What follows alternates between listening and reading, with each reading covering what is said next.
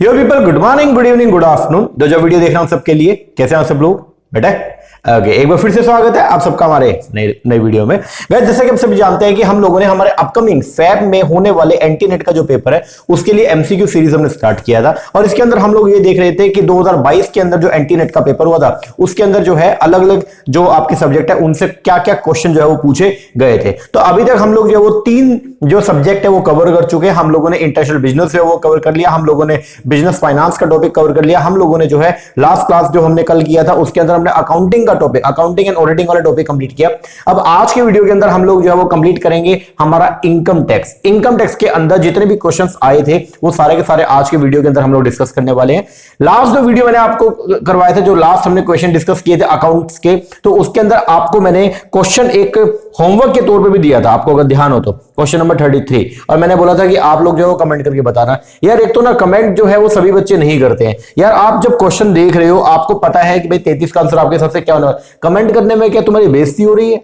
तुमको क्या लग रहा है कि अगर गलत हो गया तो क्या बेइज्जती हो जाएगी? अरे भाई कमेंट तो करो, कम से कम एटलीस्ट कमेंट आपको जरूर करना चाहिए। आपने क्वेश्चन पढ़ लिया, आपकी साइकोलॉजी क्या बोलती है वो आप जरूर आप यहां पे जो है कमेंट करके जरूर बताया करें। तो बच्चा जो है वो वीडियो देख लेता है लेकिन उसके बाद में जो है जो एक होमवर्क के तौर पे जो क्वेश्चन दिया उसको करता नहीं है, तो ऐसे नहीं चलेगा यार, ठीक है ना? तो आपको जो क्वेश्चन दिया जाता है आप उसका जो है वो करेक्ट आंसर आपके अकॉर्डिंग क्या हो सकता है वो जरूर बताइए। तो फिर मतलब उसमें क्या बेसिकली आपका भी मोरल जो है वो थोड़ा हाई होता है। एक एक क्वेश्चन में फर्क पड़ जाता है कई बार। जैसे आपने ये क्वेश्चन जो है आपने इसका आंसर जो है लिखा, अब इसका करेक्ट आंसर जो है 3 है, अगर आपका भी 3 है तो आप में एक सेंस ऑफ अचीवमेंट टाइप का जो है वो छोटा सा एक वो जनरेट होता है। वो ये लगता है कि यार हाँ चलो मैंने भाई गेस किया था या मेरी जो नॉलेज है उसके हिसाब से आंसर 3 बन रहा था, और देखो आंसर भी क्या है 3 है, तो चलो बढ़िया है। इसका मतलब हम अपने लक्ष्य के और नजदीक जो है वो पहुंच रहे हैं, समझ रहे हो? तो आपको कमेंट जरूर करना चाहिए। चलो, ये जो क्वेश्चन जो हमने लास्ट क्लास के अंदर डिस्कस किया था ये था, which of the following may be the reason for material usage variance. आपको यहां पे बताना था रीजन किसका, material usage variance. Last class में आपको मैंने बताया हुआ था कि मटेरियल यूसेज वेरिएंस क्या है। बेसिकली जितना स्टैंडर्ड क्वांटिटी हम लोगों ने एज्यूम किया था, अगर उससे ज्यादा स्टैंडर्ड जो है वो क्वांटिटी, एक्चुअल क्वांटिटी अगर उससे ज्यादा आती है तो वहां पे एक वेरिएंस क्रिएट होता है जिसको बोलते हैं हम लोग क्या, मटेरियल यूसेज वेरिएंस। और मटेरियल यूसेज वेरिएंस के जो है रीजन बताते हैं भाई क्यों, कौन कौन से ऐसे कारण है जिसकी वजह से मटेरियल यूसेज वेरिएंस है वो क्रिएट होता है। तो सबसे पहला negligence in the use of material. बिल्कुल सही बात है, अगर आप जो है मटेरियल को यूज करने में नेग्लिजेंसी बरतेंगे तो आपका मटेरियल ज्यादा लगेगा, यस, तो ये भी आएगा। दूसरा, change in the basic price of material. क्या प्राइस में चेंज होने पर मटेरियल की यूसेज ज्यादा हो जाएगी क्या? नहीं सर, ये नहीं है। आगे, पुअर और इम्प्रॉपर मशीन हैंडलिंग। अगर मशीन को प्रॉपर तरीके से हैंडल नहीं करोगे तो क्या वेस्टेज ज्यादा होगा? यस, जिसकी वजह से मटेरियल ज्यादा लगेगा, यस। और फिर क्या होगा? तो फिर वेरिएंस ज्यादा आएगा, yes. Wastage due to inefficient production method. अगर आपका जो प्रोडक्शन मेथड है वो कैसा हो, इनएफिशिएंट है, ध्यान देना, अगर आपका जो प्रोडक्शन मेथड है वो कैसे है, इनएफिशिएंट प्रोडक्शन मेथड है, तो उसकी वजह से भी क्या होगा, वेस्टेज हो जाएगा, और वेस्टेज होगा तो फिर क्या होगा, मटेरियल ज्यादा लगेगा। Change in the product design requiring usage different from the standard. अगर आप जो है वो क्या कर रहे हो, प्रोडक्ट का जो आपका डिजाइन था उसको क्या कर रहे हो, चेंज कर रहे हो, जिसके अंदर आप आपका जो मटेरियल है वो स्टैंडर्ड से क्या लगेगा, ज्यादा लगेगा, तो भी क्या होगा, वेरिएंस क्रिएट होगा। तो आंसर जो है इसका वो क्या था, ए सी डी एंड ई, बोल दो थर्ड, ये आपका करेक्ट आंसर है। ओके जी, चलो, ये तो था अपना लास्ट जो वीडियो के अंदर हम लोगों ने आपको होमवर्क दिया था। अब आज की क्लास में हम लोग जो है वो क्या करेंगे सर, आज की क्लास में हम लोग जो है वो करने वाले हैं हमारा इनकम टैक्स। इनकम टैक्स में 2022 के अंदर जो 3 पेपर हमारे हुए थे, उन तीनों शिफ्ट के अंदर जो तीनों शिफ्ट थी, उन तीनों शिफ्ट के अंदर इनकम टैक्स से जो क्वेश्चंस आए थे उनको हम आज की क्लास के अंदर करने वाले हैं डिस्कस। ओके जी, चलो, सबसे पहला क्वेश्चन जो हमारा आज का आ रहा है वो है क्या, बोलता है ए, एक पर्सन है ए इज एंटाइटल, उसको मिल रहा है children education allowances ₹80 per month. 80 रुपए पर मंथ के हिसाब से उसको जो है वो चिल्ड्रन एजुकेशन अलाउंस मिल रहा है, 80 रुपए पर मंथ पर चाइल्ड मिल रहा था उसको। कितने बच्चों के लिए, 3 बच्चे, उसके कितने बच्चे, 3 बच्चे, और 3 बच्चों के लिए उसको जो है वो 80 रुपए पर मंथ पर चाइल्ड जो है वो मिल रहा था। इट अमाउंट टू 240 रुपए पर मंथ। तो उसका मतलब ये हो गया कि उसको जो है वो हर महीने 240 रुपए जो है वो क्या मिलता है, चिल्ड्रन एजुकेशन अलाउंस मिलता है अपने एम्प्लॉयर से। It will be exempt to the extent to which one of the following under the income tax act. तो आपको बताना है इस 240 में से कितना जो है वो क्या होगा, एग्जेम्प्ट होगा। अब आपको मालूम है इनकम टैक्स एक्ट के अकॉर्डिंग जो है वो सैलरी सेक्शन के अंदर हम लोग जो है वो क्या बोलते हैं, चिल्ड्रन एजुकेशन अलाउंस जो है वो 100 रुपए पर चिल्ड्रन पर चाइल्ड अप टू 100, ऐसा नहीं कि फ्लैट 100 रुपए, अप टू 100 रुपीज जो है पर चिल्ड्रन पर चाइल्ड पर रुको, up to 100 rupees per children per month तक जो है वो क्या होता है, एग्जाम्प्ट होता है। उसके ऊपर का जो अमाउंट रहेगा वो क्या रहेगा, टैक्सेबल रहेगा। अब आपको मिली कितना रहे, 80 रुपए मिले, तो 80 रुपए तक क्या हो जाएगा, एग्जाम। तो कितना एग्जामेशन आपको मिलेगा, तो यहां पे बच्चा गलती क्या करता है कि देखो उसको मिल तो रहा है 240 रुपए, मिला कितना 240, और 100 रुपए पर चिल्ड्रन पर मंथ जो है वो एग्जाम होता है। तो 100 इंटू में 2 कितना कर देंगे, 200 रुपए एग्जाम। तो वो बोलेगा ओनली 40 रुपए टैक्सेबल, तो मतलब 200 रुपए एग्जाम हो जाएगा। ऐसा नहीं है, ऐसा नहीं है। आप ये बताओ, दो बच्चों के रिगार्डिंग मिला कितना, सर दो बच्चों के रिगार्डिंग मिला ही 160 है, तो 160 रुपए क्या हो जाएगा, एग्जाम हो जाएगा। इस बात को ध्यान रखना। मैंने लिखा as per the income tax act 1961 children education allowances जो है is exempt up to ₹100 per month, up to ₹100, up to की बात हो रही है, मतलब जितना आपको मिला वो, या फिर 100 रुपए मैक्सिमम। अगर आपको 100 रुपए से कम मिले तो पूरा एग्जाम हो जाएगा, और अगर 100 रुपए से ज्यादा मिला है तो 100 रुपए तक एग्जाम हो जाएगा आपका, पर मंथ पर चाइल्ड अप टू 2 चाइल्ड तक। तो कितना एग्जामेशन मिलेगा, मिला ही 80 है तो 80 रुपए एग्जाम। अच्छा, अगर यहां पे 120 मिलता तो फिर क्या होता, अगर 120 मिलता तो 100 रुपए एग्जाम होता और 20 रुपए क्या होता, टैक्सेबल हो जाता। तो हम यहां पे क्या करेंगे, 80 इंटू में 2 बोले तो कितना, 160 रुपए पर मंथ जो है वो क्या होगा, एग्जाम होगा, और 80 रुपए जो है वो क्या हो जाएगा, 80 रुपए पर मंथ के हिसाब से जो है वो क्या हो जाएगा, टैक्सेबल हो जाएगा। मैं दोबारा यहां थोड़ा सा आपको मोल्ड करके बताता हूं। अगर मान लो 80 की जगह जो है 3 बच्चों के लिए 120 रुपए मिलता तो फिर क्या होता, सर 120 अगर मिलता तो 2 बच्चों तक ही एग्जाम्प्ट है जी। और कितना एग्जाम्प्ट है, अब देखो उसको मिल रहे हर महीने कितना मिल रहा है, 360 रुपया। 120 इंटू में 3 मिल रहे ना, 360। लेकिन एग्जाम्पशन कितने, 3 बच्चों की है, 2 बच्चों की है, सर 2 ही बच्चों की है। तो इसका मतलब अब यहां पे क्या हो गया कि उसको एग्जाम्पशन अगर 2 बच्चों की है तो 2 बच्चों का एग्जाम्पशन मिल जाएगा। कितना मिलेगा, मिल तो 120 रुपए पर मंथ रहा है, लेकिन एग्जाम्पशन कितना होता है, 100 रुपीज तक, अप टू 100 होता है। ओके, तो अगर अप टू 100 है तो फिर क्या होगा, 100 इंटू में 2 कितना, 200 रुपया क्या हो जाएगा, एग्जाम हो जाएगा। और बोल तो 160 रुपए जो है वो क्या हो जाएगा, टैक्सेबल हो जाएगा। ओके जी, तो आंसर जो बनेगा वो यहां पे क्या बनेगा, फर्स्ट का आंसर जो है वो क्या, सेकंड। चलो अभी आगे next question, amount unutilise in the capital gain account scheme for which exemption was claim under section 54। Section 54 क्या बोलता है, कैपिटल गेन का जो सेक्शन 54 है वो है एग्जामिशन का। अगर आपने अपने प्रीवियस ईयर के अंदर कोई भी हाउस प्रॉपर्टी को क्या किया, सेल किया, और सेल करने पर कोई भी कैपिटल गेन हो गया, उस कैपिटल गेन को आपको जो है, आपको क्या करना होता है, या तो उस कैपिटल गेन को आप लोग जो है वो नई हाउस प्रॉपर्टी को जो है बनाने में, उसका नई हाउस प्रॉपर्टी को जो है मैन्युफैक्चर करने में क्या कर दो, खर्च कर दो। और या फिर आपको जो है वो क्या करना होता है, कोई भी हाउस प्रॉपर्टी को आप बाय भी कर सकते हो, मतलब एक्विजिशन कर लो, और या फिर क्या कर लो, कंस्ट्रक्शन कर लो। ओके जी, अब अगर मान लो आप ऐसा नहीं करते हो तो आपको क्या करना होता है, अगर मान लो जैसे इस साल आपका कैपिटल गेन हुआ और लेकिन आप अभी कोई विचार नहीं आपका, तो आपको वो पैसा जो है वो सेंट्रल गवर्नमेंट के कैपिटल गेन अकाउंट स्कीम के अंदर जमा करना पड़ता है। लेकिन अगर 3 साल तक आपका वो पैसा वहां पे पड़ा रहा और आपने उसको यूटिलाइज नहीं किया तो फिर क्या होगा, तो फिर 3 साल के बाद में गवर्नमेंट ये मान लेती है कि वो आपका लॉन्ग टर्म कैपिटल गेन है और उसके ऊपर आपसे टैक्स ले लिया जाता है। तो बोलता है क्या, अमाउंट अनयूटिलाइज, जो अमाउंट अनयूटिलाइज है in the capital gain account scheme for which, जिसके लिए एग्जामिशन क्लेम किया गया under section 54, shall be treated as long term capital, उसको क्या मानेंगे, लॉन्ग टर्म कैपिटल गेन मानेंगे इन द प्रीवियस ईयर। कब, in which period of 3 year has expired from the date of transfer. तो आपको ये नहीं देखना डिपॉजिट से, आपको देखना जिस दिन आपने अपनी प्रॉपर्टी को क्या किया, ट्रांसफर किया, उसके बाद 3 साल तक अगर आपने उस फंड को यूटिलाइज नहीं किया तो 3 साल के बाद गवर्नमेंट उसको ट्रीट कर लेगी कि ये आपका कैपिटल गेन है और इसके ऊपर आपसे टैक्स ले लेंगे। बात खत्म हो गया। तो आंसर क्या बनेगा, 4। चलो भैया आगे नेक्स्ट क्वेश्चन।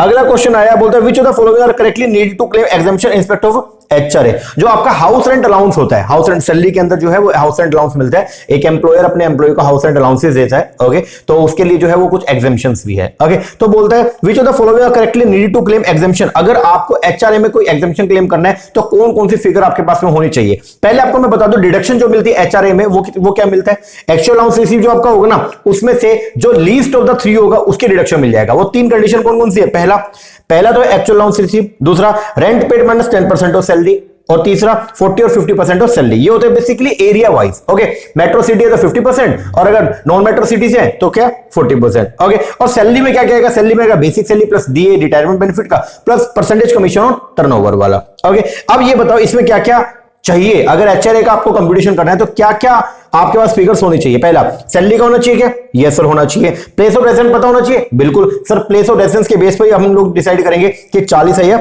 50 है। ओके, स्टैंडर्ड रेंट होना चाहिए क्या? सर स्टैंडर्ड रेंट कहां से आ जाएगा, इसका कोई लेना देना नहीं है। रेंट पेड होना चाहिए सर, ये देखो ये रेंट पेड है यहाँ पे। एचआरए रिसीव होना चाहिए, यस ये है आपका फर्स्ट एचआरए रिसीव। तो आंसर जो बनेगा वो क्या बनेगा? A B D E, A B D बोल तो थर्ड ऑप्शन। ओके जी सर, चलो आगे बढ़ते हैं।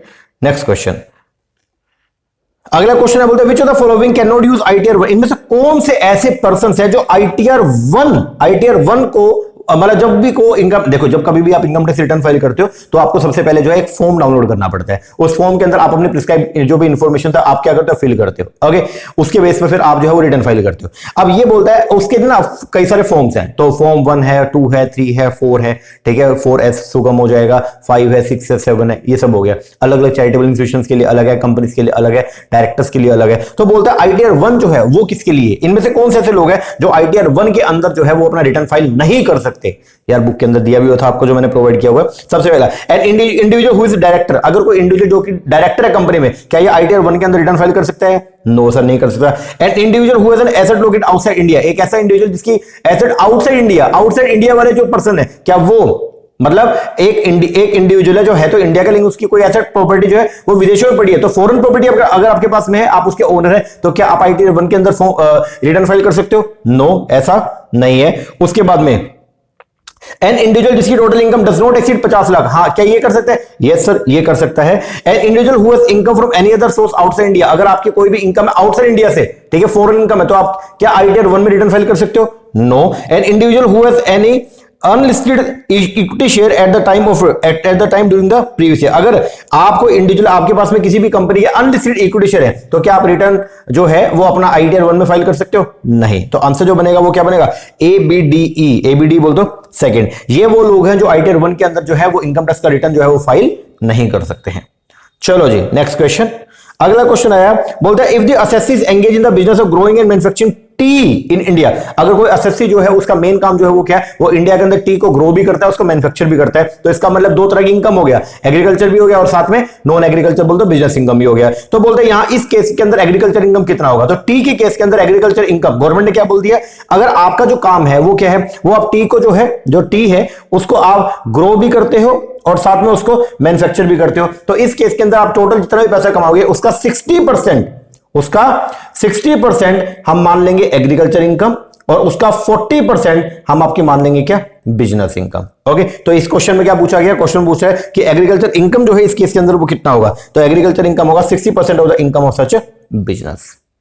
चलो भैया आगे next question, which of the following are include in the salary as per the section 17(1) of the income tax act. तो बोलता है सैलरी के अंदर जो है वो कौन कौन सी फिगर आती है, तो सैलरी के अंदर वेजेस आते हैं, यस सर। सैलरी में पेंशन आती है, यस सर। सैलरी में इंटरेस्ट फ्रॉम गवर्नमेंट सिक्योरिटी आता है, सर ये इनकम है किसका, अदर सोर्सेज का, तो ये नहीं आता। सैलरी के अंदर ग्रेचुइटी का अमाउंट भी आता है, यस। सैलरी के अंदर एनी एडवांस ऑफ सैलरी भी आएगा, यस। कोई एरियर ऑफ सैलरी वो भी आएगा, यस। कोई परक्यूसिट से वो भी आएगा, यस। कोई अलाउंस से वो भी आएगा, यस। एक एम्प्लॉयर से एक एम्प्लॉय को जो कुछ भी मिलता है वो सब जो है वो पार्ट होता है किसका, सैलरी का। और कई बार प्रॉफिट इन लियो सैलरी मिलता है, वो भी पार्ट है किसका, सैलरी का। तो आंसर जो बनेगा 6 का वो क्या बनेगा, थर्ड। बोल तो ए बी डी ई। चलो जी आगे, sequence of procedure of E filing of ITR 1 and ITR 2। अगर आप जो है वो इनकम टैक्स रिटर्न अगर आपको जो है वो उसको ई फाइलिंग अगर आपको करना है तो उसके लिए क्या सीक्वेंस है, तो सर सिंपल सा सीक्वेंस होता है। सबसे पहले हमको जो है वो क्या करना पड़ेगा, इनकम टैक्स की साइट पे जाके रजिस्टर करना पड़ेगा, यस। रजिस्ट्रेशन करने के बाद आपको लॉगिन करना पड़ेगा, यस। लॉगिन करने के बाद अब आपको क्या करना है, जो भी आपका फॉर्म है उसको आपको डाउनलोड करना पड़ेगा, download utility and preparing the return, yes. जो अभी हमने पढ़े ITR 1, ITR 2, ITR 3, ITR 4 whatever जो भी आपके ऊपर एप्लीकेबल है वो आपको रिटर्न जो फॉर्म है उसको आपको क्या करना पड़ेगा, डाउनलोड करके उसको भरना पड़ेगा। इसके बाद भरने के बाद अब आप क्या करेंगे, ई फाइलिंग कर देंगे, यस। और आखिरी में होती है क्या, वेरिफिकेशन। तो आंसर जो बनेगा वो क्या, BADEC, BADEC बोल तो सेकंड।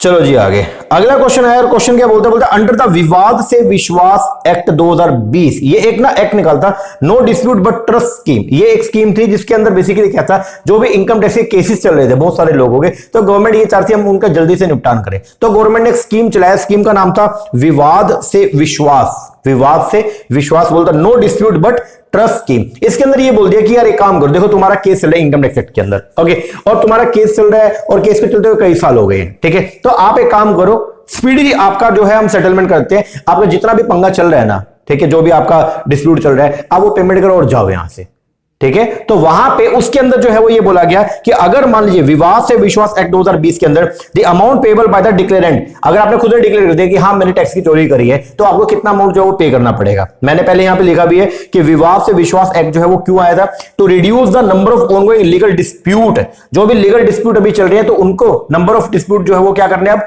कम करने, मतलब हम केसेस को जल्दी से निपटान करना चाहते थे इन डोमेन ऑफ डायरेक्ट टैक्सेशन। तो डायरेक्ट टैक्स के अंदर जो भी केसेस चल रहे थे क्लाइंट्स के, तो उनको अपने को क्या करना है, उनको नंबर ऑफ केसेस को रिड्यूस करना था, उनको निपटान जल्दी करना था, तो उसके लिए स्कीम निकाल लिया। अब इस स्कीम के अंदर अगर आपने डिक्लेयर किया कि यस मैंने जो है वो टैक्स इवेजन किया है, तो उस केस के अंदर जो है आपको कितना पेमेंट जो है वो करना पड़ेगा, तो उसमें बोल दिया जितना भी एग्रीगेट जो आपने डिस्प्यूटेड टैक्स जो था, ठीक है, वो आप पे कर दो, प्लस में 10% ऑफ द डिस्प्यूटेड टैक्स आप क्या कर देना, पे कर देना, ठीक है। तो ये है आपका क्या aggregate of the amount of disputed tax, ये आपको पे करना है, और प्लस में 10% ऑफ द डिस्प्यूटेड टैक्स ये आप क्या कर देना, पे कर देना। इसके अलावा कोई भी पेनल्टी, इसके अलावा कोई भी इंटरेस्ट हम आपसे कोई भी चार्ज नहीं करेंगे। चलो जी आगे,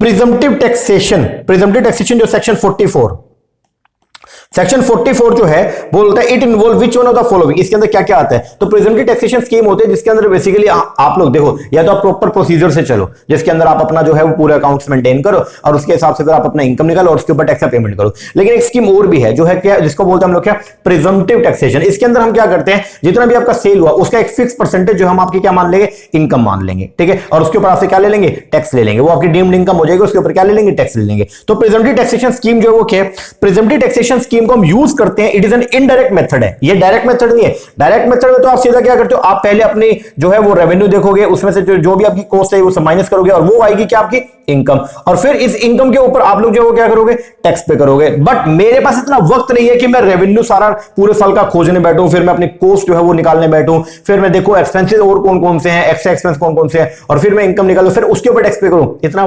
मगजमारी मेरे से नहीं हो रहा। तो गवर्नमेंट बोले कोई बात नहीं, आपको हम एक इनडायरेक्ट स्कीम प्रोवाइड करें जिसको बोलते हैं प्रिजम्पटिव टैक्सेशन। उसके अंदर आपने जितना भी पूरे साल के अंदर सेल किया, इतना तो आपको पता होगा कि आपने पूरा बेचा क्या, पूरे साल के अंदर कितना सामान बेचा, तो उसके ऊपर एक फिक्स परसेंटेज जो है हम आपके क्या ट्रीट कर लेंगे, इनकम, और उसके ऊपर हम आपसे क्या ले लेंगे, टैक्स ले लेंगे। तो बोलता है presumptive taxation involve which on the following, it is a use of indirect method to calculate the tax liability which differ from the usual sales based on the tax payer account. तो ये है आपका एक indirect method जो है जिसके माध्यम से हम लोग जो टैक्स का कंप्यूटेशन करवाते हैं, उसको बोलते हैं हम लोग क्या, प्रिजम्पटिव टैक्सेशन। तो हमसे जो बनेगा वो क्या बनेगा, 9th का फर्स्ट। चलो जी नेक्स्ट क्वेश्चन, अगला क्वेश्चन है, क्वेश्चन बोलते हैं आर्म लेंथ प्राइस कंप्यूटेशन। हम लोग जब वो निकालते हैं, क्या बोलते हैं, जो इंटरनेशनल टैक्सेशन की बात करते हैं, तो इंटरनेशनल टैक्सेशन के अंदर अपने दो थे, एक हमने पढ़ा था DTAA double taxation avoidance agreement, और एक DTAA के बाद में एक और हमने पढ़ा था जो है आपका TP ट्रांसफर प्राइसिंग। तो ट्रांसफर प्राइसिंग के अंदर बेसिकली जो है वो 5 मेथड होते हैं। कौन कौन से मेथड होते हैं आर्म लेंथ प्राइस निकालने का। तो जब कभी भी एक दो एसोसिएट फर्म्स आपस में जो है वो क्या करती हैं, कोई भी ट्रांजैक्शन करेंगे तो वो ट्रांजैक्शन होनी चाहिए किसके ऊपर, आर्म लेंथ प्राइस पे। ये हमने पढ़ा भी था। और आर्म लेंथ प्राइस कंप्यूट करने के कितने मेथड थे, 5 मेथड थे। अब यहां पे बोल रहे हैं arm length price computation method under 92C of the income tax act 1961 does not include which one of the following. उनमें से कौन सा मेथड इसमें से नहीं है। आपको यहां पे 4 मेथड दे रखे हैं सर, टोटल मिला के मेथड तो आपने 5 बताए, बिल्कुल 5 बताए, उनमें से 4 यहां पे दे रखे हैं, इनमें से एक मेथड नहीं है जो जिसको हम यूज नहीं कर सकते हैं आर्म लेंथ प्राइस निकालने में। अब वो देखते हैं, देखना है कौन कौन सा है। सबसे पहला देखो comparable uncontrolled price method, cup method बोलते हैं, क्या इसके जरिए हम लोग निकालते हैं क्या, yes. Transaction net margin method इसके जरिए निकालते हैं, यस। जो TNM, उसके बाद रीसेल प्राइस में कैसे मेथड से भी हम लोग जो है वो ट्रांसफर प्राइस निकालते हैं, यस। स्लम सेल मेथड क्या ये होता है क्या, नहीं सर ये मेथड नहीं है। 3 तो ये होते हैं और 2 मैंने और लिख रखे हैं, चौथा और पांचवा कौन कौन सा, कॉस्ट प्लस मेथड CPM, और एक है प्रॉफिट स्प्लिट मेथड PSM। ये 5 मेथड है जिनको हम लोग यूज करते हैं क्या करने में, हमारे ट्रांसफर प्राइसिंग के अंदर आर्म लेंथ प्राइस का कंप्यूटेशन करने में। ओके तो कौन सा नहीं है मेथड, तो 10th का आंसर क्या आएगा, स्लम सेल मेथड। चलो भाई चलो भाई चलो भाई next question. Tax holiday, tax holiday क्या होता है? टैक्स हॉलीडे बेसिकली गवर्नमेंट ना कुछ उद्योग है जिनको प्रमोट करना चाहते हैं, उसके लिए गवर्नमेंट ये बोलती है कि यार तुम बिजनेस लगाओ और हम आपको टैक्स हॉलीडे दे देंगे। टैक्स हॉलीडे का मतलब ये है कि तुम इनकम कमाओ, ओके, और कुछ सालों के लिए हम आपसे जो टैक्स चार्ज नहीं करेंगे। तो बोलते हैं tax holiday under the income tax act 1961 has been used in the context of which one of the following. तो टैक्स हॉलीडे जो टर्म है वो इन चारों में से किसके लिए हम लोग जो यूज करते हैं? तो सेक्शन 80IA, सेक्शन 80IA इसके लिए हम लोग क्या करते हैं? यूज करते हैं। ये किसको मिलता है? कोई भी ऐसी यूनिट, कोई भी ऐसी एंटिटी जो क्या कर रही है, जो एंगेज है किसमें? डेवलपिंग और operating and maintaining any infrastructure facility या इंडस्ट्रियल पार्क। अगर आप लोग जो है वो क्या कर रहे हो, कोई इंफ्रास्ट्रक्चर फैसिलिटीज को डेवलप कर रहे हो या कोई इंडस्ट्रियल पार्क बना रहे हो, तो गवर्नमेंट वहां पे ये बोल रही है अगर आप ऐसा करते हो तो अगले 10 सालों तक आप जो भी प्रॉफिट कमाओगे उसका 100% हम आपको क्या कर देंगे? माफ कर देंगे। तो उसके लिए क्या? 100% ऑफ द प्रॉफिट और gain from such business product 10 consecutive assessment year, 10 लगातार असेसमेंट ईयर तक हम क्या कर देंगे? आपको टैक्स हॉलीडे प्रोवाइड कर देंगे। तो ये जो टैक्स हॉलीडे जो ये टर्म है वो किसके लिए है? वो सेक्शन 80IA के लिए, ठीक है ना। बाकी वो भी 80D है मेडिकल के लिए, 80CCC है एन्युटी प्लान ऑफ LIC, 8010(5) जो है वो है किसके लिए? जो लीव टेबल कंसेशन है उनके लिए, ओके। तो टैक्स हॉलीडे जो है under the income tax act 1961 उसको हम यूज करते हैं इन the context of which one the following? तो वो सेक्शन 80IA के लिए।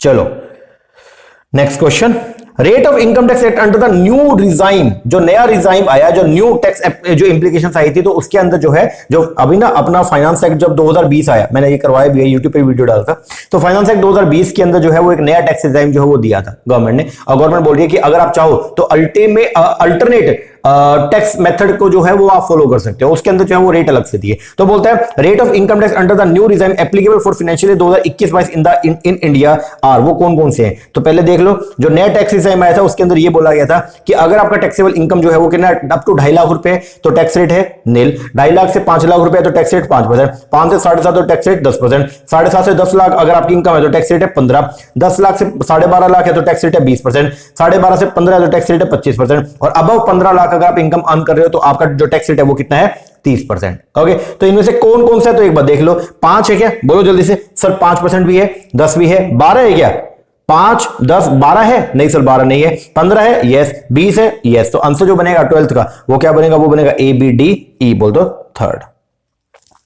चलिए आगे नेक्स्ट क्वेश्चन बोलता है under income tax act 1961 in order to claim deduction of interest on home loan, अगर आपने जो है हाउस प्रॉपर्टी के अंडर जो है वो कोई भी होम लोन लिया, मतलब हाउस प्रॉपर्टी का कंस्ट्रक्शन करने के लिए कोई होम लोन लिया, तो आप उसकी डिडक्शन कब क्लेम करेंगे? उसके लिए कुछ कंडीशन है, वो कंडीशन सेटिस्फाई होना चाहिए तो आप डिडक्शन क्लेम कर सकते हो। Which of the following things need to be taken care, तो कौन कौन सी चीजें जो है, कौन कौन सी कंडीशन इनमें से आपके ऊपर एप्लीकेबल होती है? तो सबसे पहला जो है वो क्या बोलते हैं? The home loan must be used for the purchase और कंस्ट्रक्शन ऑफ हाउस प्रॉपर्टी। बिल्कुल, जो होम लोन है वो किसके लिए आपने यूज कर रहे हो? तो होम लोन जो है आपने यूज किया, मतलब उस लोन के पैसे को आप लोग यूज करेंगे किसके लिए? कंस्ट्रक्शन या परचेज के लिए। Yes. Loan must be taken on और आफ्टर 1/4/2019, नहीं sir, loan must be taken एक ऑन और आफ्टर 1/4/1999, तो आंसर जो आएगा वो क्या? ये नहीं आएगा। दूसरा, amount of loan must be use with in 10 days, जो अमाउंट है लोन का उसको 10 दिन में यूज करना होता है, नहीं सर ये कंडीशन नहीं है।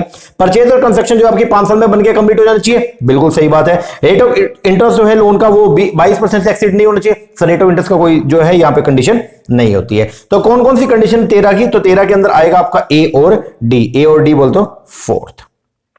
तो ये दोनों कंडीशन आपकी सेटिस्फाई होना चाहिए, तो आप जो है वो जो भी आपका pre construction post construction period का जो भी इंटरेस्ट आ रहा है आप उसको क्लेम कर सकते हो under the head house property.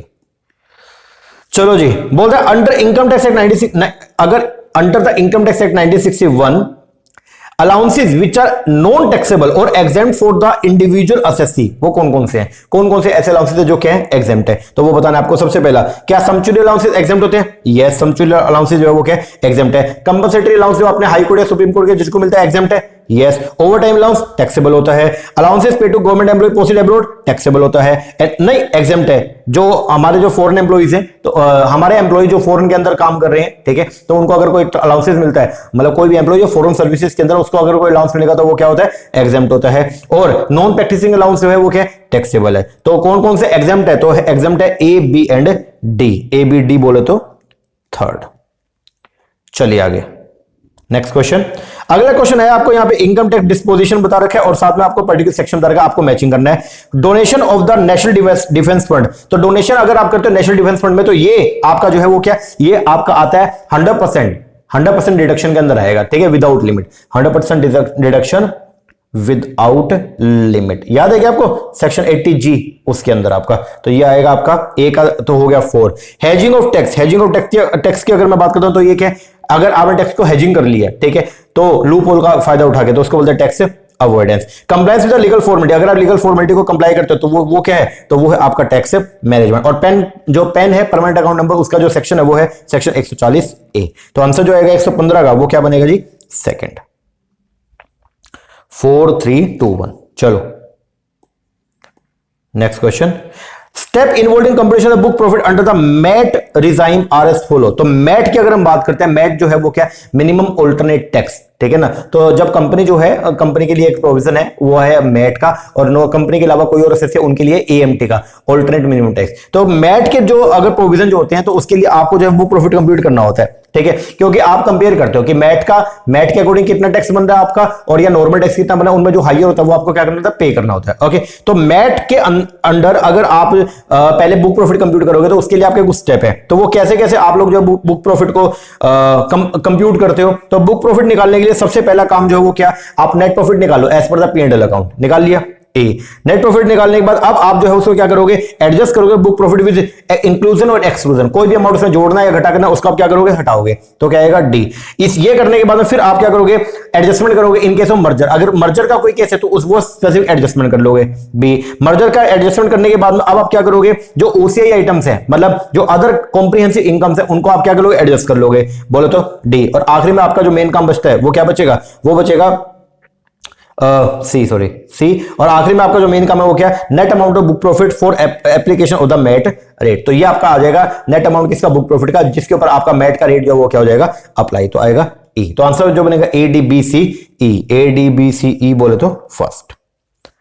चलो जी next question, which one of the following is the NAV है ऑफ द हाउस। NAV कैसे निकालते हो, सबसे पहले म्युनिसिपल वैल्यू फिर rental value, which is higher जी, फिर उसको कंपेयर करते हैं with the standard, which is lower yes, फिर कंपेयर करते हैं एक्चुअल एंड से, विच इज हायर, जो हायर अमाउंट है वो क्या होता है आपका, बताओ सर, वो होती है हमारी क्या, GAV। उसमें से माइनस करके म्युनिसिपल टैक्स रिडक्शन, तो निकलेगा क्या, NAV। अब देखो म्युनिसिपल वैल्यू फिर रेंटल वैल्यू, दोनों में हायर कौन सा, 4 लाख, 4 लाख को कंपेयर कर स्टैंडर्ड विच इज लोअर, तो 4 और 5 में से जो कम है वो कितना, 4 लाख, फिर 4 और एक्चुअल विच इज हायर, तो ये एक्सपेक्टेड रेंट आ गया था आपका। इस एक्सपेक्टेड रेंट को कंपेयर करेंगे किससे, 480 से, जो हायर होगा, हायर क्या है 480, तो 480 आपका GAV आ गया, ग्रोस एनुअल वैल्यू यस। अब इसमें से माइनस करते हैं municipal tax, municipal tax reduction मिलती है, पहली बात तो म्युनिसिपल टैक्स रिडक्शन मिलेगा ओनली एंड ओनली किसको, ओनर को, और प्लस में म्युनिसिपल टैक्स की रिडक्शन मिलेगी ऑन पेड बेसिस पे, किस पे, पेड बेसिस। तो यहां पे बोल रहा है कि म्युनिसिपल टैक्स आपका 12,000 तो बना, बट ड्यू है बट नॉट पेड, ड्यू तो है लेकिन पेड नहीं है, तो इसका कोई भी रिडक्शन आपको नहीं मिलेगा।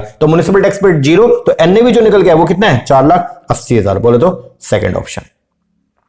चलो जी नेक्स्ट क्वेश्चन, बोलता है banks are not required to deduct the TDS। Bank जो है उसके लिए जरूरी नहीं है कि वो TDS काटे फ्रॉम डिपोजिटर हुआ सबमिट डिक्लेरेशन। अगर आप जो है वो बैंक को क्या करते हो, डिक्लेरेशन सबमिट करते हो, तो बैंक जो है वो TDS नहीं काटेगा। तो वो कौन सा है, आपको फॉर्म 15G जो है वो सबमिट करना पड़ता है। ये एक डिक्लेरेशन है date can be file out by fix deposit. ये किसके लिए होता है, FD होल्डर के लिए। वो एंश्योर करते हैं that no TDS is deduct from their interest income in a year. तो उसके लिए पहले 15G आपको फाइल करना पड़ेगा और आपको बताना पड़ेगा कि भाई मेरी इनकम जो है वो टैक्सेबल लिमिट से जो है वो क्या है, कम है, तो फिर बैंक जो है TDS उसके ऊपर डिडक्ट नहीं करेगा। तो आंसर आएगा 3।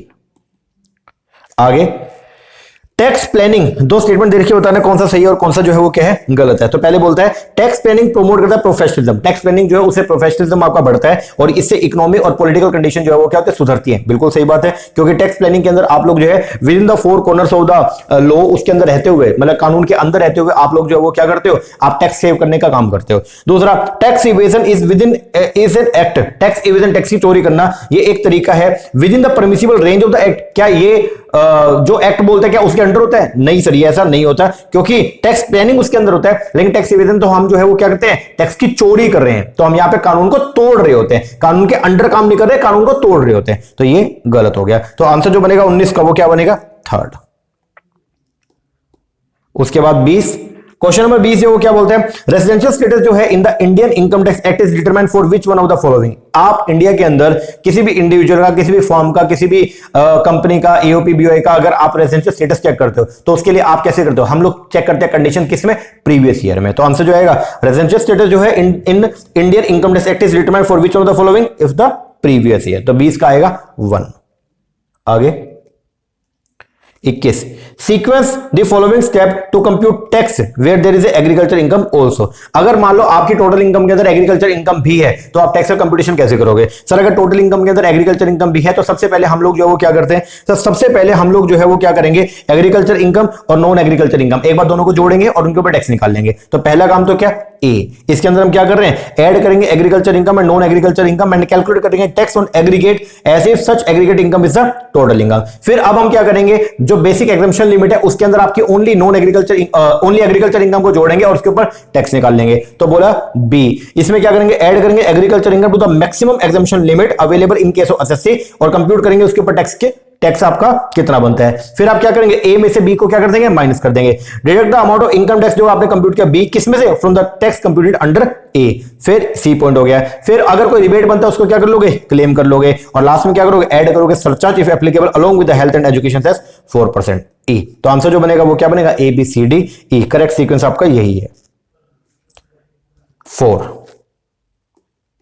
चलो जी आगे, Which of the following laws are allowed to be carry forward and set off in the subsequent assessment? इनमें से कौन सा ऐसा लॉस है जिसको आप फ्यूचर में जो है वो क्या कर सकते हो, कैरी फॉरवर्ड भी कर सकते हो। वो कौन से ऐसे लॉस है जिसको फ्यूचर में कैरी फॉरवर्ड किया जा सकता है अगर वो इस साल जो है वो पूरे के पूरे सेट ऑफ नहीं हुए। हाउस प्रॉपर्टी का लॉस कर सकते हो, बिजनेस का लॉस कर सकते हैं, स्पेकुलेशन का लॉस कर सकते हैं, capital loss, short term capital loss या लॉन्ग टर्म कैपिटल लॉस कर सकते हैं, loss on account of owing and maintaining the resource कर सकते हैं। जो स्पेकुलेटिव लॉस होते हैं ना, जो जैसे मान लीजिए कोई लॉस फ्रॉम लॉटरी लूटरी हो गया, इसको हम नहीं कर सकते। तो आंसर जो बनेगा वो क्या बनेगा, ए बी सी डी ई। बोल दो 4। आगे next question, which of the following provident fund is setup under provident fund act 1952। तो प्रोविडेंट फंड एक्ट 1952 के अंदर कौन सा प्रोविडेंट फंड जो है वो सेटअप किया गया। सर दो तरह के मेन प्रोविडेंट फंड जो हमारे चलते हैं, एक है स्टैट्यूटरी प्रोविडेंट फंड और एक कौन सा, आरपीएफ। तो रिकॉग्नाइज्ड प्रोविडेंट फंड जो है वो 1952 के अंदर क्या किया गया, इसको जो है वो सेटअप किया गया। और 1925 के अंदर जो है वो क्या किया गया, स्टैट्यूटरी प्रोविडेंट फंड को सेटअप किया गया था। तो इसका जो आंसर है वो क्या, आरपीएफ का जो है वो क्या है, सेकंड ऑप्शन आपका। लो जी 23 हो गए। अब एक आखिरी क्वेश्चन है आपके होमवर्क का, आप इसको करेंगे और मुझे बताएंगे कमेंट करके। टैक्स ऑडिट जो है वो compulsory in case of person carry on the profession and जिसकी ग्रोस रिसीड एक्सीड करती है विच ऑफ द फॉलोइंग। तो आपको ये बताना है कि इसका आंसर जो है वो क्या है। तो आप मुझे कमेंट करके बताएंगे कि टैक्स ऑडिट की जो लिमिट है वो कितनी है, प्रोफेशन के लिए, बिजनेस के लिए अलग है, प्रोफेशन के लिए अलग है। तो आप मुझे कमेंट करके जरूर बताएंगे, कसम है तुमको, कमेंट करके बता देना, ठीक है ना जी सर। चलो ये हमने करे हैं आज 24 क्वेश्चंस को डिस्कस, 23 तो हमने क्लास में सोल्व कर लिए, एक आपका होमवर्क है। ये वो क्वेश्चन थे जो 2022 में जो एंटीनेट का पेपर हुआ था कॉमर्स का, तो उसके तीनों शिफ्ट के अंदर ये क्वेश्चन पूछे गए थे। ओके, तो ये हमने डिस्कस कर लिए, आप इसको कीजिए बढ़िया तरीके से। एक क्वेश्चन है बस जो मुझे लग रहा है कि हमने क्लास में डिस्कस नहीं किया, बाकी सारे 24 के 24 क्वेश्चन में से एक क्वेश्चन छोड़ गए। 23 क्वेश्चन ऐसे हैं जो सारे के सारे हमने क्लास के रूम के अंदर डिस्कस किए, ठीक है ना। अभी भी अगर आपका रिजल्ट अगर खराब हो रहा है तो भाई कहीं ना कहीं तो कमी है, उसको सुधारो, ठीक है ना। तो चीजें पेपर में जब आप बैठोगे तो सारी पढ़ी हुई आएंगी। बात यह है कि आपको रिटेन होने चाहिए, उसके लिए आपको करना क्या, उसके लिए प्रैक्टिस करें। और उसके लिए सबसे इंपॉर्टेंट चीज क्या, आपको रिवीजन करनी है। रिवीजन जितना बढ़िया तरीके से करोगे तो फिर उतनी चीजें आपको रिटेन रहेगी लंबे समय तक।